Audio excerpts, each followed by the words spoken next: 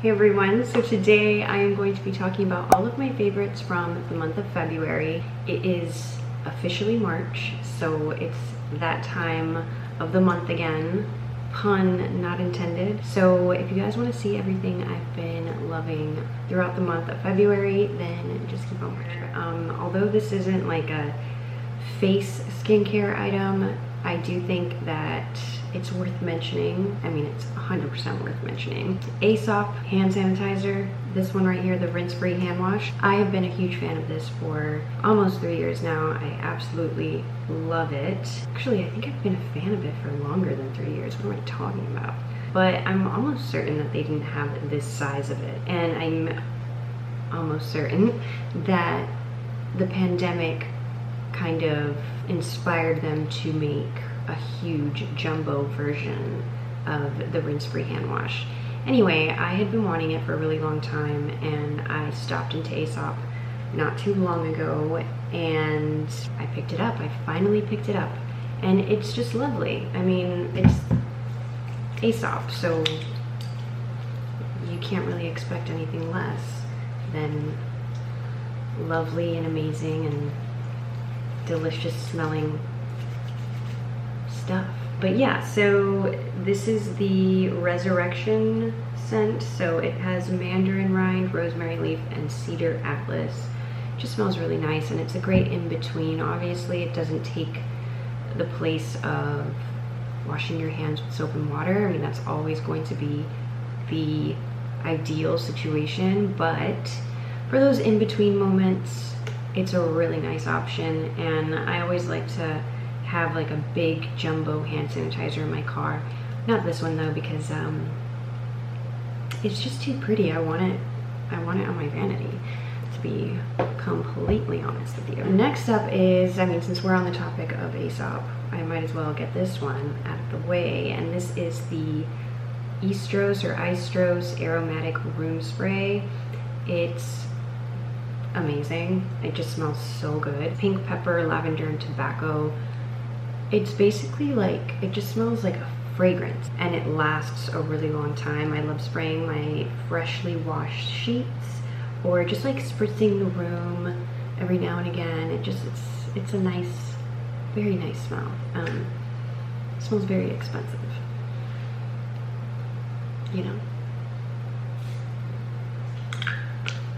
Next up is, it was definitely towards the end of February, so this might seem like a bit of a cheat, and if it does seem like a bit of a cheat, I'll have you know that I intend to revisit this item in my March favorites, if that makes sense. So I'll let you guys know if it is still a favorite, is what I'm trying to say. So this is the Caudalie Resveratrol, I think it's Resveratrol Lift Firming Eye Gel Cream. I really, really like this. I've been using this pretty much in place of my Kiehl's eye cream, which I am beginning to run low on, which is kind of why I justified. And I love testing a new eye cream. It's a very fun thing for me. And the new packaging that Caudalie, the rebranding, is really looking sleek in my opinion. I think that they went in the right direction with their branding here. And when I first saw it, I was like, is this like a sample for something? Because I mean, the packaging does not look like your typical eye cream type of packaging. Even if some come in a tube like this, I don't know, it kind of put me off for a second. But no, this is the full size. One of the things that I really love about it is that it sinks in very quickly, but it still hydrates my under eyes very well. Very serum gel-like, and it just feels very refreshing for whatever reason. So I'm enjoying this a lot. Next up, although I can't say that it's a favorite yet, I am hoping that it will be a favorite yet, but I do want to let you all know that I am officially on my journey once again with the real deal, the real McCoy. Can we all give her a round of applause? It is Tretinoin.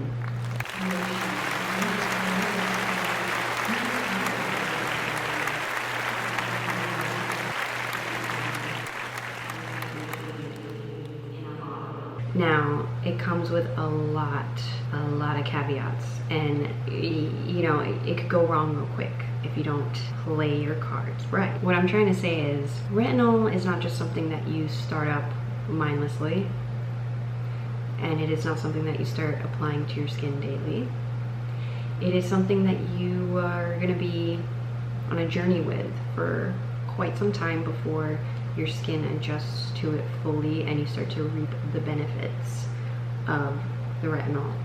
What I want to say is, so far what I've noticed is redness, peeling, you know, basically the things that one would expect if they know or have done their homework on retinol. I mean, these are really common things. So that's happening, but I know that that's part of the process. So what I'm doing, instead of going at the pace that even my dermatologist would recommend, I'm going at an even slower pace than that.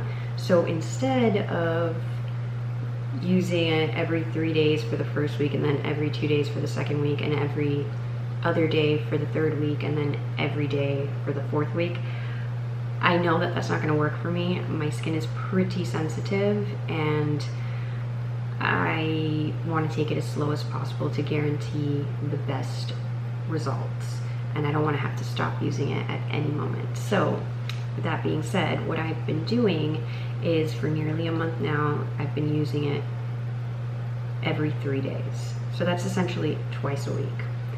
And even then, you know, I've had redness and peeling, but I'm not overly dry. My skin doesn't feel like overly sensitized, but there are certain things that it's not really digging anymore, if that makes sense. So creamy cleansers are essential for me right now. I'm basically a dry skin gal with oily skin in the daytime. This was a mention in my January favorites. And the reason I'm bringing this up again is because these two people right here, they don't like each other, like at all. So I had to stop using her, unfortunately. I'm not happy about it because it was a really nice formula, but for whatever reason, maybe it's just like the fact that it's a chemical sunscreen,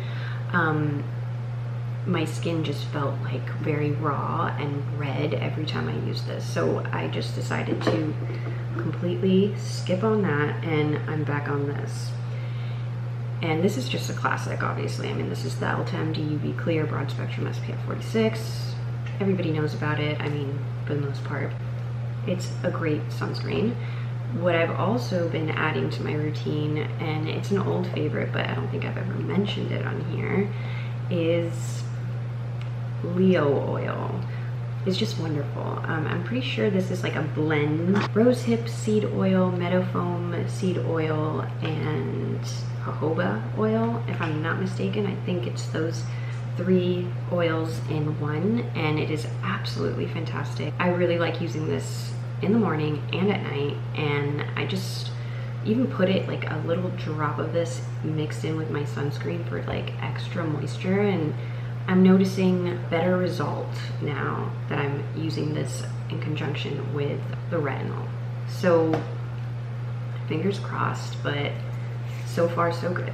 I just wanted to take you all on that little journey for a moment there before getting into makeup. Let's talk about these Sheer Slick lip balms by e.l.f. Why isn't anybody talking about these?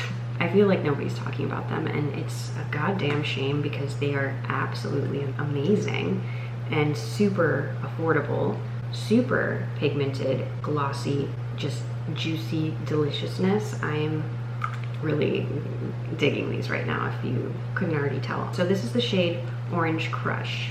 Obviously had to get her because we love coral, bright coral, orangey red moment over here. And then I also picked up this lovely shade. It's called Golden Pear, a really nice terracotta, just stunning. It's actually the color that I have on today, so I'm very happy with it. It's just feels very hydrating, very nourishing. I'm just overall really impressed with these, and they're so affordable. So go get some, you know? Treat yourself, if you know what I mean. Okay, next up is this Shiseido eyelash curler. My longtime OG fave eyelash curler has been the very popular, very well-renowned, very loved, very infamous Kevyn Aucoin eyelash curler.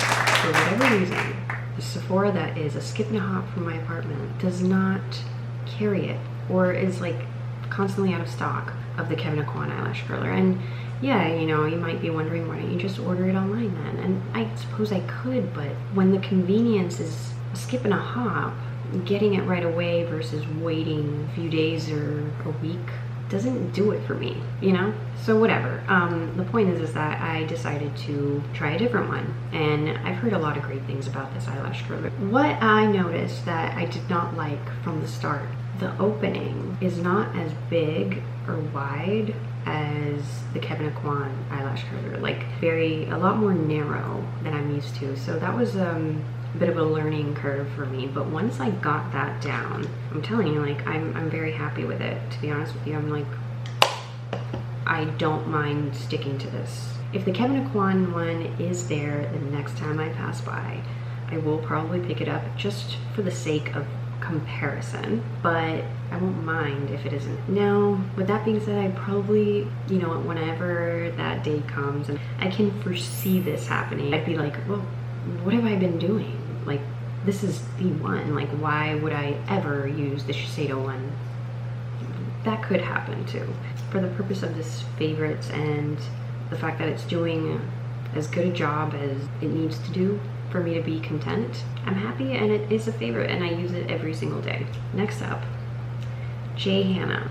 We have a history, not a great history, I might add. So I had been very curious about J.Hannah's nail polish. Not crazy about the price. And one of the times that I came to visit my family here in Miami from New York when I was in graduate school, I went to, and you would know this if you live in Florida, or I'm not sure if like other parts of Florida have these or not, but I'm pretty sure that they do, and I'm sure maybe other parts of the country have them, I'm not sure. But there's something called CVS EMAS. There's a big Latin community here. At the CVS EMAS, they have like a lot of Latina brands, like things that you can't really find anywhere else, or you could find them, but you'd have to go to, like, for example, which Miami people would probably only know, there's a pharmacy called Navarro. Navarro is like a niche, like very specific to the Latin community, right? So it's kind of merging everything with what everybody wants here, right? So we're getting the best of both worlds at a CVS EMAS, right? Anyway, I'm trying to make that make sense for anybody who's like, what are you talking about? So there was this really cool nail polish brand that I came into contact with at the CVS EMAS one time that I was visiting, and they had really incredible colors. Like, whoa. I was amazed by their greens, their blues, their purples. Like, it was very J.Hannah, to be honest with you. Like, my mind went there immediately, and I was just like, wait, this is like such a great dupe. And guess how much each bottle costs? It's like $3. Insane, right? So I was like, wow, what the hell have I found here? I announced it on social media. They didn't like it at all, and we had a bit of a spat, which was interesting. And I was like, I don't like the way that they handled this. This is like a very small brand. J.Hannah is obviously like way more well known, and I thought that it was a good opportunity for people looking for an alternative, and if they had access to it, that they could find similar colors to J.Hannah without paying such a hefty price tag. So I thought that I was doing something nice for my community, but also just in general. Like, I just wanted to put them on the map and bring kind of like some awareness to this brand that I just discovered. Anyway, they didn't like it. They got very offended. I got really put off by the fact that they got so offended, and turns out this nail polish brand is amazing. The quality of the polish is fantastic. The longevity of the polish is fantastic. I had just really found something special. Fast forward to today, or well, 2020, so we're in 2021, but 2020 is when this happened, I guess. All of a sudden, I go to a CVS EMAS and guess what? Vanished. All of a sudden, the polishes that used to be there by this brand are rebranded, same bottles, but completely different colors and not cool colors. Not the colors that reminded me of J.Hannah. Like, all of those colors are gone.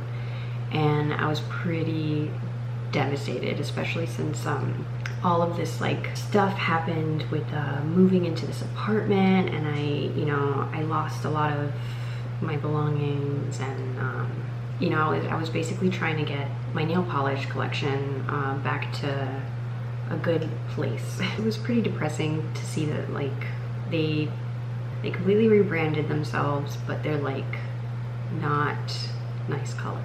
I mean, there were like a few colors, just nothing like, the J.Hannah Eames green, like, you know what I'm talking about. So what I'm trying to say is I caved all these years later. So I picked up Dune, which is this color right here. I'm actually wearing Himalayan salt on my nails right now, and also the newest color, Patina. And I have to say, I am really impressed with the longevity and like just the quality of the polishes. They last really long. I mean, it's everything that I look for in a polish, so it's meeting my expectations. So I just had to include them in my favorites this month.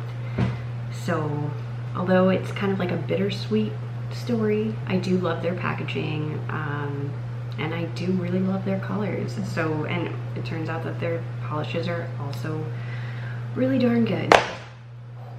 Next up, if you're looking for something to read, you might like this book. It's called Tonight I'm Someone Else, and I really enjoyed it, I have to say. I really enjoyed it. It was a quick read too, but mostly because I was just so into it. And that's really the best feeling, isn't it? When you just can't put the book down. So if you're looking for something to read, something entertaining, something kind of that sparks in nostalgia and kind of makes you feel sad but happy and hopeful at the same time, sort of, this might be a one to check out. Next up is BAIES by Diptyque. Now, again, this isn't anything new to me, but I hadn't had a BAIES candle in a really long time. I think this might have been like my birthday candle. We were under lockdown and I made a phone order like a psycho with my mom, and we picked up some Diptyque stuff. They brought it to the car, so it was like a contactless delivery, or curbside pickup rather. And so this was my birthday candle, that's what it was. This was one of the things that I salvaged from the move because it was still in the box. And so I just really enjoyed BAIES. That's really all I want to say. I guess I had forgotten how amazing it was, and this is their best-selling candle, and I get it. It's phenomenal. And it inspired me to get the limited edition BAIES in this gorgeous packaging. I mean, look at this. How stunning is that? Had to mention BAIES, classic. It just smells so good. It smells better when it's burning, and that's always a pleasant surprise. And now, just for fun, since it's here, and it's not a favorite yet because I haven't burned it, but oh my goodness. Palo Santo 14 by Le Labo. This is my first full-size Le Labo candle. Honestly, like, it gives me so much joy just staring at this. It has its own throw without it even being lit. It smells so good. I also labeled it for meat. Basically, I wanted to get a candle that I would use only at night and like while I'm like reading and cozy in bed. It smells so cozy. It's exactly what I was looking for. I hope you enjoyed this favorites video.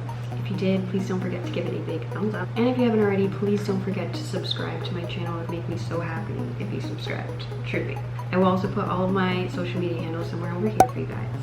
An upcoming vlog is coming soon, so stay tuned for that. I will see you all in the next video. Bye.